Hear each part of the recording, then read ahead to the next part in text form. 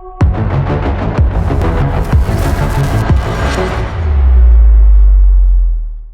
formadores! Bora falar de cripto, bora falar de análise técnica. Nessa segunda-feira eu quero trazer para vocês aí uma atualização do mercado, né? Olhando para o contexto gráfico dos ativos, né? Eu também vou dar meu pitaco aí um pouquinho do que eu espero para os gráficos após o macro, o contexto macro talvez dar uma alinhada, né? Mas a nossa análise de hoje vai se ater especificamente aí na análise técnica, tá bom?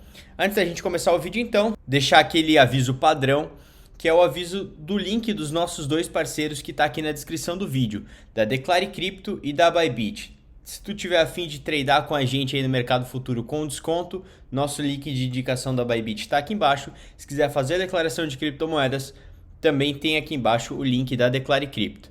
Bom, vamos lá. Gráfico na tela. Vamos conversar um pouquinho sobre o contexto gráfico do Bitcoin. Bom, então se a gente traçar aqui algumas linhas, né, de suporte, resistência e pontos importantes, a gente chega em algo parecido com isso aqui, ó, gente. A gente tem uma zona importantíssima, que é esses $19.500. Tínhamos essa zona importante aqui, que era a dos $24.800, e foi, inclusive, aonde a gente chegou muito próximo, né, aí nesse movimento dessa barra de sinal, que é o que eu quero conversar com vocês. O gráfico que a gente está olhando aqui é um gráfico semanal, porque não adianta a gente ficar se apegando a essa perspectiva aí do gráfico diário, sendo que o preço está travado. Como o preço está travado, o melhor mesmo é a gente olhar aí um gráfico semanal que a gente consegue ter um pouco mais de clareza. Bom, então, João, o que aconteceu aqui? Então a gente teve o BTC, né, vindo aqui, se depreciando semana após semana devagar, até que a gente teve essa semana do flash crash, né? E aí a gente viu ele voltar a se depreciar devagar. Agora, o que isso aqui tem de muito interessante? Esses pavios de sombra compradora em todas as semanas. Essa zona aqui de preço é uma zona de demanda e, portanto, uma zona de suporte muito forte. E aí, o que nos chama a atenção, né, e que nos traz uma perspectiva interessante para os próximos dias, próximas semanas do Bitcoin é o seguinte. Quando a gente foi fazendo esse movimento corretivo, a gente veio formando aqui um suporte, né, com essa demanda que a gente tem aqui, identificada pelos pavios de compra, né?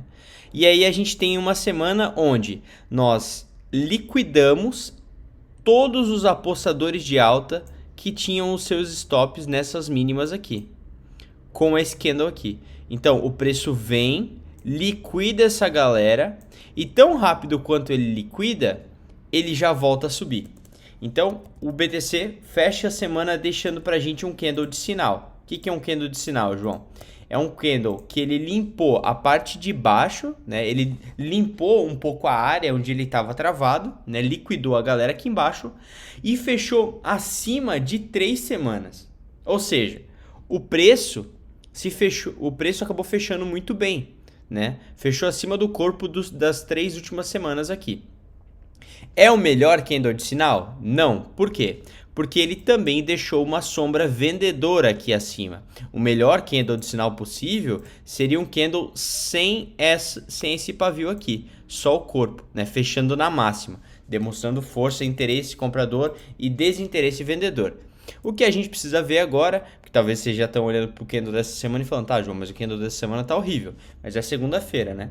Então, o que a gente geralmente vê no Bitcoin depois de candle de sinal interessante desse aqui, tem sido uma porrada. Ó, esse candle aqui foi um candle de sinal, mas não foi um bom candle de sinal. Por quê? Ele deixou muita sombra vendedora, até mais do que o candle da semana passada, mas logo após ele nós tivemos uma semana de reação bem positiva. Então, o que eu tô querendo dizer para vocês é que caso o cenário macro se alinhe, né? Caso a gente tenha surpresas positivas aí nessa reunião de quarta-feira do Banco Central Americano, a gente pode ver essa semana fazer algo parecido com esta porrada aqui. Por incrível que pareça. Nós temos ainda algumas regiões a serem vencidas, né? Que são regiões aí de forte, vão servir como regiões aí de forte resistência para o preço, que vai ser os 28K, vai ser depois aqui os 30K também, que o preço brigou bastante aqui em cima, né? Mas vencendo esses patamares de preço, ó. O preço vem começar a se segurar aqui em cima desses 27, aqui para cima, a gente provavelmente vai ver ele vir até os 28. Se ele começar a se segurar aqui, a gente vai ver ele brigar nos 30. Se ele se segurar nos 30, a gente pode ver o Bitcoin subir ainda mais. Certo, galera? Uma coisa que eu queria trazer para vocês também, além do Bitcoin, e vejam, eu tracei pouquíssimas linhas. Tracei para vocês aqui 4 linhas. Essa aqui a gente nem usou.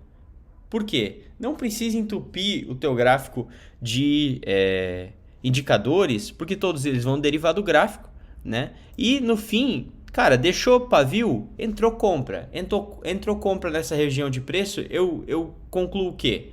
Que a galera tem interesse de comprar Bitcoin nesse preço aqui. O que eu preciso saber é se ele vai ter força para subir e vai ter interesse comprador para subir. Se o cenário macro ajudar, provavelmente vai. Se a gente vier dar uma olhada aqui no total, né, que é o market cap aí de todas as altcoins, excluindo o Bitcoin e excluindo o Ethereum, a gente vê o quê? Que a gente tem um fundo ascendente, olha só. Se mantém aí uma estrutura altista, né? E tá interessante, ó. Isso aqui pode ser considerado como um micro fundo duplo, né? Então a gente precisa aqui convicção vindo romper essa média. E aí a gente pode ver movimentos vindo buscar aqui, ó. Aqui em cima, né? Que já seria uma puxada legal. Depois aqui em cima. E se houver fôlego, pensamos lá mais pra frente, lá mais pra cima. Mas vamos level a level, né, gente? E aí eu trouxe uma altcoin aqui para comentar com vocês, que é a Aave, né? Olha que interessante. Nós temos aqui uma zona de acumulação muito grande na Aave, né? E que traz para a gente o quê? Uma segurança na compra. Por quê? Porque o ativo está consolidando, olha só. E está consolidando em fundo. Olha essa consolidação, quanto tempo o ativo está travado aqui. Então, o que vocês acham que vai acontecer quando esse ativo sair de todo esse tempo que ele está travado? Se ele fosse um lixo, ele já teria ido a zero, mas ele não é um lixo. Então, o que acontece? Ele fica acumulando em fundo, até que haja contexto favorável o suficiente para que ele dê uma pernada. E ó, pessoal que está acostumado aí com análise técnica tradicional, fundo duplo, ó. Veio aqui, meu Deus, cadê? Aqui, ó. Veio aqui, subiu, testou e tá querendo subir. Vem porrada, se a gente tiver uma ajuda aí do contexto macro. Então, o vídeo de hoje é bem breve, é só para dar um resquício de esperança para vocês. E para terminar aí com chave de ouro, eu quero mostrar para vocês um seguinte, que é o gráfico aí da Nasdaq. O semanal está acontecendo agora, né? A gente já tinha conversado lá no Instagram que a Nasdaq está aí numa zona lateral, né? Aqui a gente tem um range high, aqui a gente tem um range low e o preço está tradando aqui dentro, né? Encostou na média, fez o pivô, está se segurando aí acima da média. Se tiver contexto, pode vir aí para cima. Mas o que eu quero mostrar para vocês e que é bem interessante é o seguinte, dá uma olhada no mensal. Olha o mês passado a barrona que deixou pra gente aí. Isso aqui é uma barra de sinal. Tá acima das médias, certinho, se segurando aqui, ó, num suporte. Isso aqui é suporte, ó, pro preço.